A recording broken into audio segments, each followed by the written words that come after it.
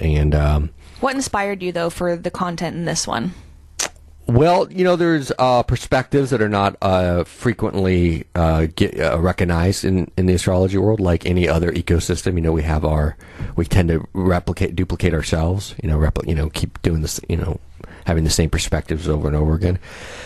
So, like for instance, we have a whole article on hip hop, and you very rarely see hip hop represented in astrology, and you rarely see astrology explained via hip-hop or hip-hop explained via astrology. So we have an article on that. And actually, the guy who wrote that, Jason Fleming, a.k.a. Sagittarian Mind, he's got another article. The one that is in this issue is just kind of a beginner's article. It's just a sun sign article, like, songs for your sign. So like Aries, one of the songs is Follow the Leader by Eric B. and Rakim, who Jen didn't know who Eric B. and Rakim were. Anyway... I guess, never mind. Eric B. and Rakim were big in the 80s. Okay. Okay. So that's basically just like a sun sign article, but he's got one on the astrology of hip-hop based on when hip-hop first started, which was a party that was thrown in the Bronx back in, I think, 1974. It's a Leo, sign of entertainment, with the moon in Capricorn, sign of business. Literally translated as entertainment business.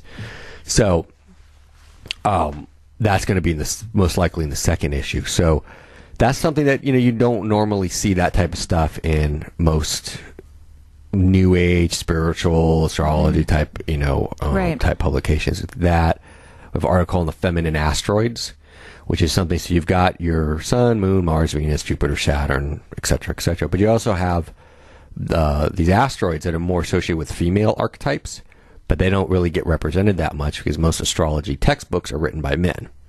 So at least for the last, say, 100 years. So a lot of some of the feminine stuff doesn't get the same representation. Then we have my article on the National Security Agency. Now, originally that was published in the Mountain Astrologer. Strange story behind that. I sent that article to them, it turned out, the same day Ed Snowden sent his stuff to Glenn Greenwald at the UK Guardian. And we found that out. Why don't you go ahead and clarify who that is? Okay, so for folks who, if you've been too busy getting your baller on, right? And I understand we're in a very competitive times these days. So if you like Jen are getting your baller on 24/7, you get your baller on 24/7. It's a hard life. You may not have time to pay attention to current events. It's just a matter of people only have so much time per day, right? So what happened about 2 years ago? Turns out there's this government agency called National Security Agency. NSA? NSA. Now, if you ever see Enemy of the State with Will Smith, that can give you a nice entertaining primer to the NSA. Well, when that film came out in the 90s, everybody thought it was like a crazy conspiracy theory. What we found out 2 years ago, thanks to this young guy named Ed Snowden, is all the stuff you saw in Enemy of the State 20 years ago has all turned out to be true. Everything's being recorded, not just recorded, but cataloged, and then psychological profiles being constructed on people in mass. I mean, it's really, really disturbing stuff. I kind of just want to honor that too for a second, because this, as we already mentioned earlier in the show, this is not something that I typically talk about on my show. And so I do want to just honor like what you're listening to and what you're going to be listening to for potentially the next 10 to 20 minutes has the potential to be fairly triggering. So just make sure that you take some deep breaths and if you start to get worked up, go ahead and just take a seat, do some breathing, put your feet on the floor, because this is triggering stuff and scary stuff that a lot of people don't recognize are actually happening. And it's not just crazy wild Matt talking about this, going off on a tangent, some wild astrologer that's crazy. This is real stuff that you can find out about, and you can Google if you want. This is all real stuff. So what happened 2 years ago, Ed Snowden was worked for the NSA. He was high up in the working with the computer security. I forget exactly what his title was, but he walked out of the NSA with like flash drives full of all their secrets, and that it all went out to contacted a couple different journalists, including Glenn Greenwald at the UK Guardian, who he felt would be receptive to this information. And then in the first week of June of 2013, this all went public. And so it turns out all the crazy conspiracy theories turned out to be true. And I don't know that anything's necessarily, it's been 2 years now, and not anything has changed. But how this ties into astrology is I had already written an article in the NSA based on using their establishment date as their date of birth. They're a Scorpio. Scorpio's a secret agent. Their moon, their needs, is in Gemini, communication. So it's literally like the secret agent of communication. And so I did had a brief article on that on my site, and then sent a version of that to TMA back in like March or April, spring, late winter, early spring, sometime around there of 2013. And then right as they were getting ready to review it was when Ed Snowden went public. So the timing was just absolutely perfect. And so that was that article, a revised version of that with a lot of imagery that was not available 2 years ago, is in the first issue of Hexagon. And that's actually the first part of a 3-part series on the surveillance state. So we've got the NSA, which is in this issue. Then you have their sister agency, the National Reconnaissance Office, who runs all the spy satellites. And they have a lot of very, very interesting mission patches that are filled with like occult, including astrological imagery. And so that's in the second issue, and then the third issue is on the Central Intelligence Agency. The CIA is a Virgo analyst with their moon in Scorpio, Secrets. So they analyze secrets. Same sun moon as the show Mission Impossible, if you ever seen that show. So that is that part. Then we've got Jason's hip hop articles, which is a little lighter, but there's a political. A little lighter. Yeah, you got like, look, who do we have here? See, this is what I haven't been able to show on camera because we licensed the photographs, but the licenses are only for print. But you can see Q-Tip. Here's the Aries, right? I think we were going to have, who is it? Jill Scott. 50 Cent. 50 Cent's a Cancer. Now here's a great example of Cancer, right? Cancers are represented by the crab, right? With a hard shell. What's 50 Cent wear around town? A bulletproof vest. Oh. And his moon is in Gemini, communication. Does he really? Yeah. It's a Cancer, Sun, Gemini moon. Yeah, anyways, so we got Ice Cube there, Gemini. Are a lot of rappers Geminis? I don't potentially. Yeah. I mean, Ice Cube is. Or do they have their Mars and Gemini potentially? A lot of them. Yeah. Well, I don't. You know what? Somebody could do a statistical analysis I think of that'd like be interesting. Of like if you would have to figure out how to do that, especially battle rappers. Like yourself, because yeah. Actually, people that know me well have heard me freestyle, and I can get down. Yeah. Well, I told you because you have Mars and Gemini right there on the ascendant, so I wouldn't box with Jen. No.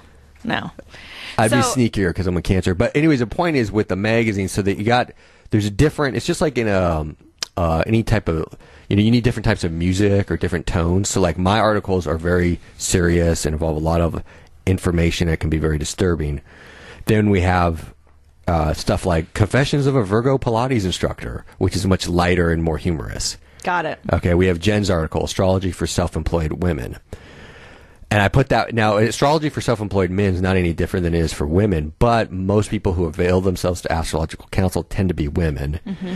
And if you're self-employed and you're a woman, it's still kind of a boys club out there. I mean, it's not like the Mad Men days, but you still need a little bit of an extra edge. And I'm always sympathetic to people who have kind of like, what do you call it? Like, not the underdog, but like, they got a little bit more of an uphill battle than everybody else. I think and I think that's one of the things I know the most about you is that some of your biggest passions are trying to, again, the other side of the story, but really representing people that are maybe underserved or under-recognized, and recognizing women's rights and recognizing, that racism is unfortunately still very alive in our culture. And I think that that's actually an area that I think of you a lot with. Yeah, we have a one on the Black Lives Matter movement based on when they started that. It's a Cancer with Virgo moon. So Cancer, sign of women. Most of the leadership of that movement are women. Virgo moon, need for service. So the women who are serving their kinfolk.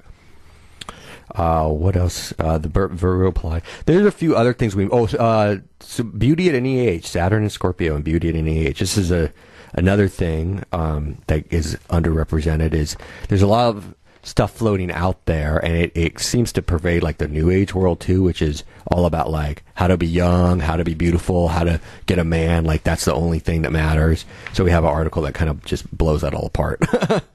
And then what else? And then the forecast section. So we are going to have which is still being written. That's why it's just got this filler text there. Mm-hmm. But the forecast section now, people who are more like professional astrologers might be like, why would you have sun sign forecasts? Sun sign forecasts are the bane of our existence.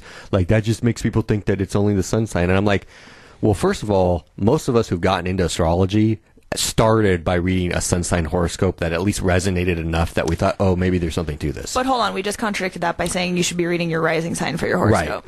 Right. So so is this actually written for your sun sign? Well, I know it's written for the ascendant, but you have to make a business decision when it comes to stuff like that. The average person does not know that, and there is going to be a disclaimer. Read this for your ascendant. But like, let's say I send 3 copies of this to a local acupuncture doctor's office.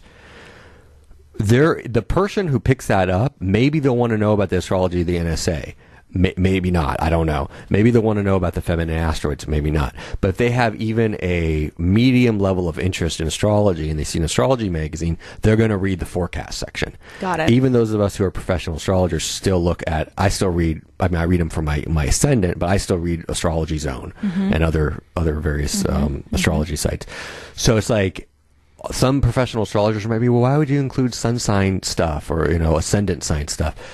And I'm like, because the average person, that still is going to get them into the magazine, right? And if it's written, when you read your quote monthly horoscope, if you still get some value out of it if you read it for your sun sign. It's going to work better if you read it for your ascendant. So I think it was Jessica Adams. She made the point that people who get hardcore into astrology, it's usually that is their first entry. As limited as it is, sun sign astrology is the person's first exposure to it. So if it's done right, and it's written in a compelling fashion, they're more likely to get deeper into it. They're more, so that's why we have the forecasts in there. And also they're written by a gal who goes by the name Madame Zulonga, and she's very intelligent, also very witty. Like, cool. She's kind of got a sense of humor about herself and whatnot. I mean, so she's good at what she does, but she pairs it with humor, which always helps. So, Matt, what's your bigger mission with this magazine? Because right now with the Kickstarter going on, I mean, to be really blunt, we still have to make sure it gets funded before anything crazy happens. But what's your bigger mission so people kind of understand what do you want to create? The most bad astrology magazine on the planet. No, I like a magazine that provides, like I said, the other side of the story. And that's not afraid to go there. Right, exactly. Oh, and then we have Mike Luton's doing the article. I haven't seen it yet because this is not in the prototype, but it's going to be in the final product, called The Capricorn Conspiracy. So Mike Luton's very, very well known amongst those of us who are astrologers. That your folks may not know who he is, but he's like he's like a legend amongst us. Cool. So what all of these articles have in common, though, you might think at first, like the Jen's article about self-employed women and the NSA article don't have anything in common. To me, they actually do, and then both of those, you're looking at the other side. So we don't really acknowledge that, hey, if you're a woman and you're self-employed, you got an uphill battle. Like, that's just not like supposed to be talked about. No. So that's doesn't really get acknowledged or talked about. The stuff about the NSA doesn't really get acknowledged or talked about. The stuff about beauty at any age, about the limitations, including a lot of the limitations of stuff in the new that is supposed to be like, quote,